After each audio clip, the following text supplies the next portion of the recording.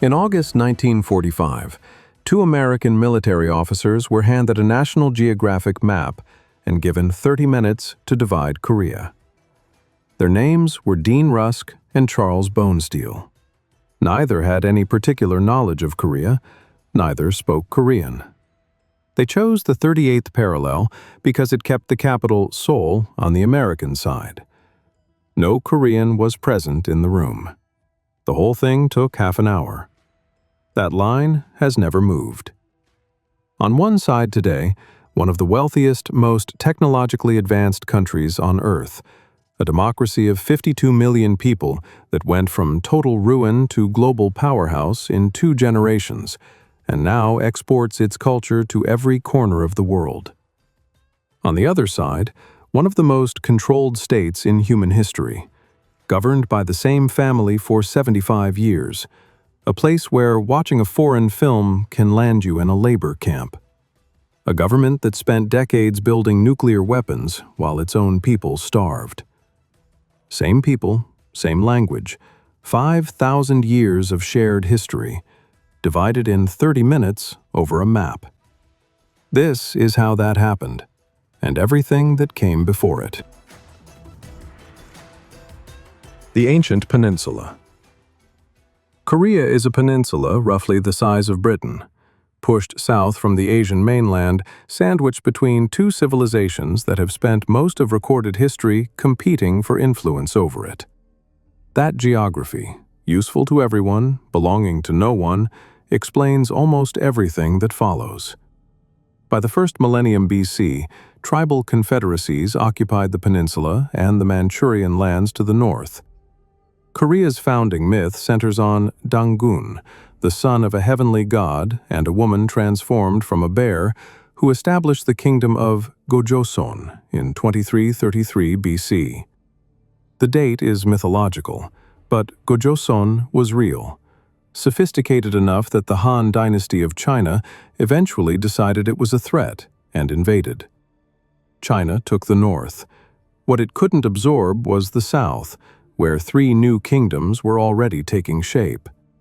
Goguryeo in the north was a militarized state that stretched deep into Manchuria, aggressive, expansionist, and formidable enough that when the Sui dynasty of China invaded in 612 AD with over 1 million soldiers, one of the largest armies ever assembled in the ancient world, Goguryeo sent them home in catastrophic defeat.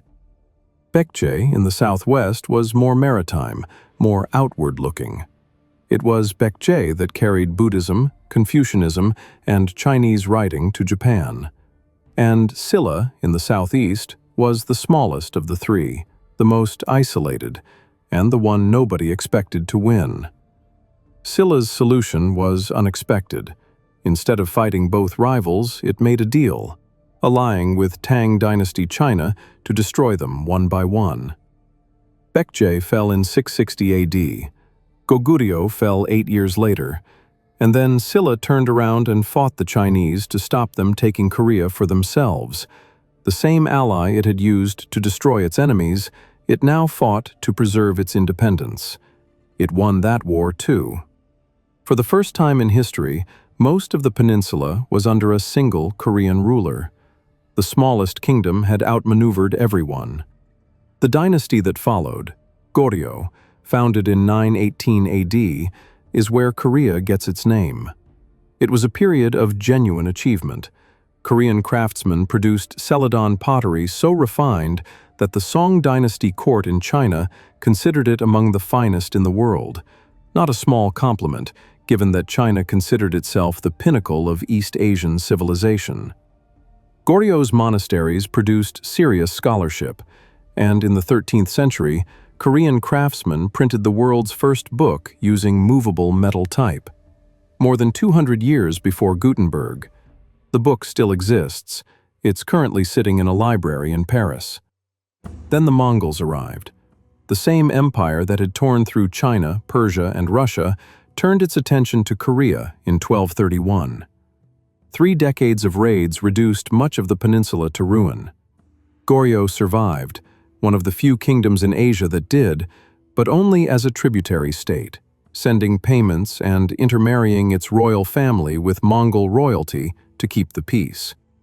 The experience left a mark that never fully faded, a recognition that Korea's survival depended on diplomacy, not force, and that powerful neighbors were almost always dangerous.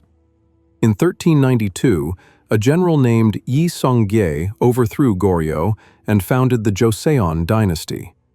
It lasted 500 years, one of the longest ruling dynasties in recorded history.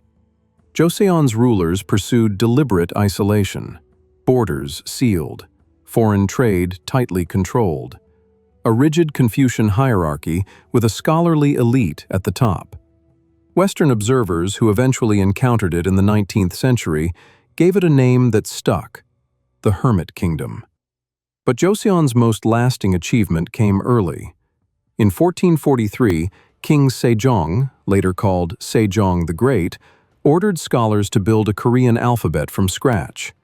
Before Hangul, Koreans wrote in classical Chinese. Most ordinary people couldn't read it.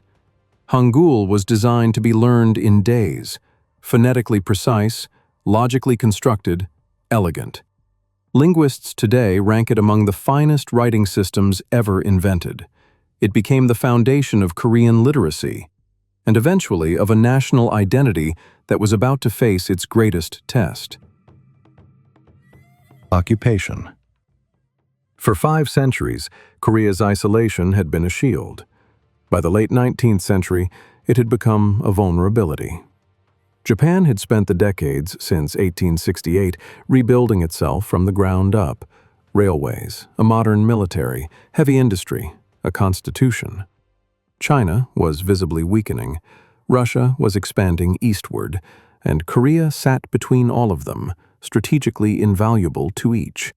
Whoever controlled the peninsula controlled the land bridge between the Asian mainland and the Japanese islands. Japan moved first. After defeating China in 1895 and then Russia in 1905, it had no serious rival left in East Asia. In 1905, Korea became a Japanese protectorate. In 1910, Japan annexed Korea outright. 500 years of Joseon rule ended. Korea ceased to exist as a country. What followed lasted 35 years and left wounds that haven't fully healed today. Japan's colonial administration didn't just govern Korea, it tried to erase Korea. The Korean language was suppressed in schools and public life. From 1939, Koreans were legally required to take Japanese surnames. Korean history was rewritten in official textbooks. Korean land was transferred to Japanese ownership at scale, pushing tenant farmers off fields their families had worked for generations. Then the war came, and things got worse.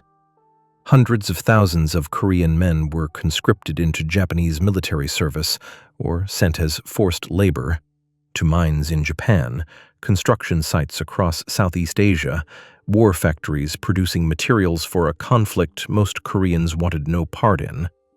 Between 100,000 and 200,000 Korean women were coerced into providing sexual services to Japanese military personnel. In military records, they were called comfort women. What that language concealed was systematic, large-scale sexual violence. The exact scale and the precise mechanisms of coercion remain subjects of formal dispute between the Japanese and South Korean governments. That dispute has never been resolved. It still shapes the relationship between the two countries today. Japan surrendered on the 15th of August, 1945. The occupation was over. Korea erupted in celebration. But in Washington, 2 men were already drawing a line. Division and war. The Soviets backed Kim Il-sung, a 33-year-old former guerrilla who had spent the war years in the Soviet Union and modeled his politics closely on Stalin's. The Americans backed Syngman Rhee, a nationalist who'd spent decades in exile and who was no less authoritarian, just aligned with different patrons. Both men claimed to represent all of Korea. Both called reunification their goal.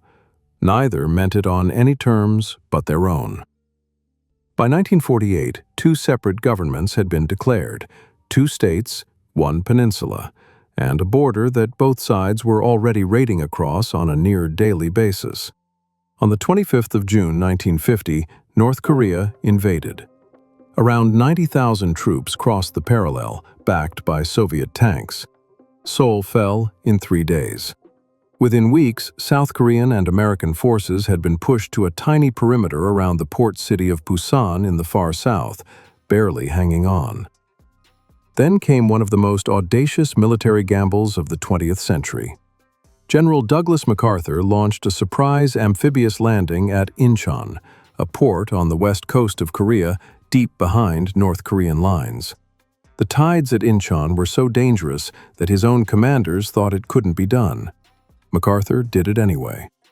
The North Korean Army's supply lines were cut overnight. The front collapsed. UN forces pushed north, past the 38th parallel, all the way toward the Chinese border. And then China entered the war.